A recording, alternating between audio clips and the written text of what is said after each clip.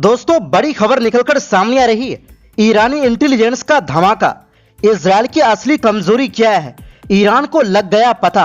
यहूदी देश के बीचों बीच ईरान हिजबुल्लाह इराकी संगठन ने एक साथ बरसाई मिसाइलों की आग में जल रहा तेल अवीव। डिफेंस सिस्टम का घमंड हुआ चकनाचूर। जानेंगे पूरा मामला। अगली खबर में आपको बताएंगे, ईरान की सरजमीन पर उतरते ही मारे जा सकते हैं अमेरिकी सैनिक। यूएस एक्सपर्ट को सता रहा ये डर, क्या जमीनी हमला करेंगे ट्रंप? ईरान पहले ही कर चुका है तैयारी, बिछा दिया मौत का जाल। और साथ में आपको बताएंगे, ईरान अमेरिका की लड़ाई में मालामाल हुआ रूस। तिजोरी में हर रोज आ रहे अरबों रुपए, ईरान का भी दे रहा साथ। तो बिना समय गवाए बात करते हैं मुद्दे की। दोस्तों, मिडिल ईस्ट में जारी युद्ध के बीच अब इजरायल के अंदर एक बड़ी कमजोरी सामने आती दिख रही है और इस कमजोरी का पता ईरान को लग चुका है, जो कि अब इजरायल के लिए सबसे बुरी खबर है। क्योंकि युद्ध में सिर्फ ताकतवर होना ही काफी नहीं है, बल्कि दुश्मन की कमजोरी क्या है इसके बारे में जानकारी होना भी सबसे महत्वपूर्ण है। रिपोर्ट्स के मुताबिक इजरायल के बीच वाले इलाके, खासकर तेल अवीव और उसके आसपास का क्षेत्र, ईरानी मिसाइल हमलों को रोकने में सबसे कमजोर हो रहा है। बताया जा रहा है कि गुरुवार को ईरान, लेबनान के हिजबुल्लाह और कुछ इराकी गुटों ने मिलकर मिसाइलों की भारी बारिश कर दी, जिससे इजरायल के कई इलाकों में नुकसान हुआ। इजरायली मीडिया के मुताबिक हाशारोन और गुशदान जैसे इलाकों में भारी नुकसान हुआ है, जहां ईरानी क्लस्टर मिसाइल की गिरने की आशंका जताई जा रही है। वहीं तेल अवीव के बड़े इलाके में 6 अलग अलग जगहों पर मिसाइल के टुकड़े गिरे। इन हमलों में करीब 13 लोग घायल बताए जा रहे हैं। मतलब इजरायल का सबसे सुरक्षित इलाका अब रोजाना आग के शोले में जल रहे हैं। वो शहर जिससे इजरायल को सबसे ज्यादा नाज था। इसके बारे में इजरायल कहते थे कि कोई बाहरी परिंदा भी पर नहीं मार सकता, लेकिन आज ईरानी मिसाइल और यहाँ तक कि हिजबुल्लाह का रॉकेट भी आसानी से पहुंच रहे हैं और तबाही मचा रहा है। विशेषज्ञों के अनुसार इजरायल की सबसे बड़ी समस्या यह है कि उसकी डिफेंस सिस्टम आपस में पूरी तरह तालमेल यानी कोऑर्डिनेशन के साथ काम नहीं कर रही। इजरायल की सुरक्षा मुख्य रूप से आयरन डोम और डेविड स्लिंग पर निर्भर है। ये सिस्टम अलग अलग तरह के खतरों को रोकने के लिए बनाए गए हैं, लेकिन जब एक साथ बड़ी संख्या में मिसाइलें दागी जाती है, जिसे सैचुरेशन अटैक कहा जाता है, तो इनकी क्षमता कमजोर पड़ जाती है। ईरान और हिजबुल्लाह यही रणनीति अपना रहे हैं, एक साथ बहुत ज्यादा मिसाइलें छोड़कर डिफेंस सिस्टम को ओवरलोड कर देना। रिपोर्ट्स के मुताबिक ईरान अब बड़ी संख्या में क्लस्टर वारहेड वाली मिसाइलों का इस्तेमाल कर रहा है। ये मिसाइलें हवा में फटकर कई छोटे छोटे हिस्सों में बट जाती है, जिससे इन्हें रोकना और भी मुश्किल हो जाता है। बताया गया है कि करीब 36 ऐसी मिसाइलें सभी डिफेंस सिस्टम को चकमा देकर इजरायल के लगभग 190 ठिकानों तक पहुंच गई, खासकर तेल अवीव और उसके आसपास के इलाकों में।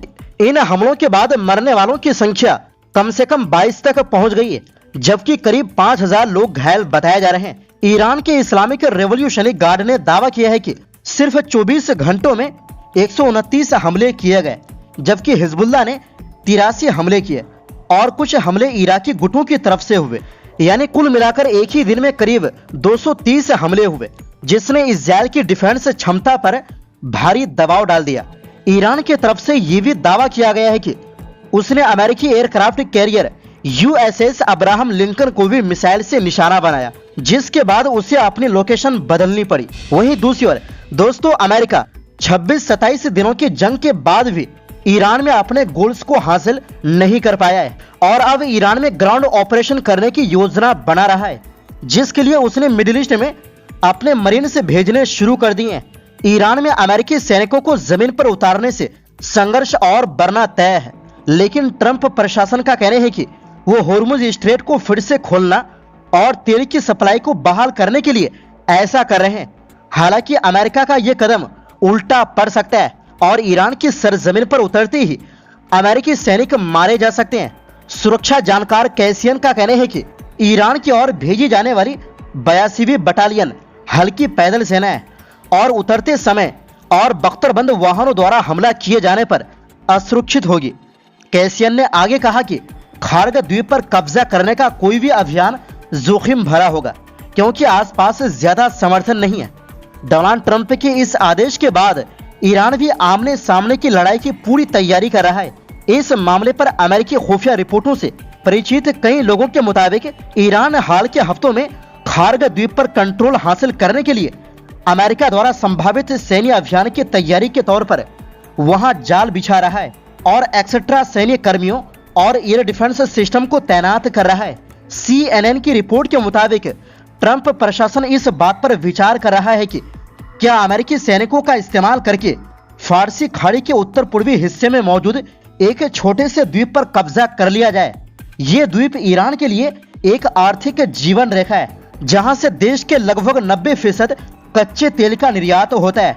इस द्वीप पर कब्जा करके ईरानियों पर दबाव बनाया जा सकता है ताकि वो होर्मुज स्ट्रेट को फिर से खोल दें। लेकिन अमेरिकी अधिकारियों और सैन्य विशेषज्ञों का कहना है कि इस तरह के जमीनी अभियान में काफी जोखिम शामिल होंगे, जिसमें बड़ी संख्या में अमेरिकी सैनिकों के हताहत होने की आशंका भी है। सूत्रों ने बताया कि इस द्वीप पर कई स्तरों वाली सुरक्षा व्यवस्था है और हाल के हफ्तों में ईरानियों ने वहां एक्स्ट्रा कंधे से दागी जाने वाली जमीन से हवा में मार करने वाली गाइडेड मिसाइल प्रणालियां तैनात कर दी।